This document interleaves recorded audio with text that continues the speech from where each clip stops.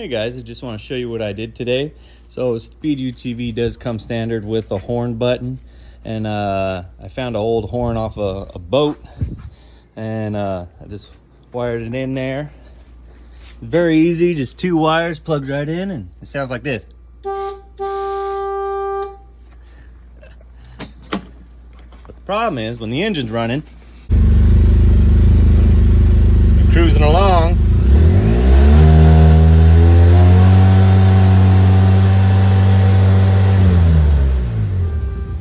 hear it.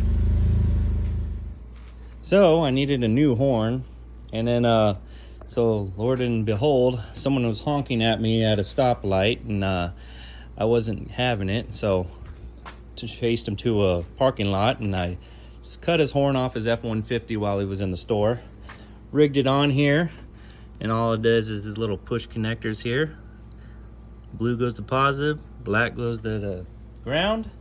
Got the dual F-150 horns, and now it's a lot louder.